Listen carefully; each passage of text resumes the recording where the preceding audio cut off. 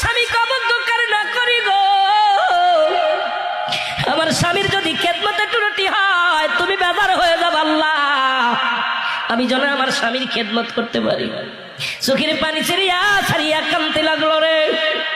এই মুসলমান স্বামীকে বলে, স্বামী রে আপনি তাঁবুর মধ্যে থাকেন, আমি যাই গ্রামে যে কিছু আনতে পারি কিনা। স্বামীকে ওই তাঁবুর মধ্যে রেখে কুড়ে ঘরের মধ্যে রেখে গ্রামে যায় কাজ করতে। সারাদিন ভরে বিবি রহিমা মানুষের বাড়ি থালা বাটি মাঝে, সারাদিন ভরে মানুষের বাড়ি পানি উঠায়, সারাদিন ভরে মানুষের বাড়ি কাজ করে, বিনিময় কিছু জব পায়।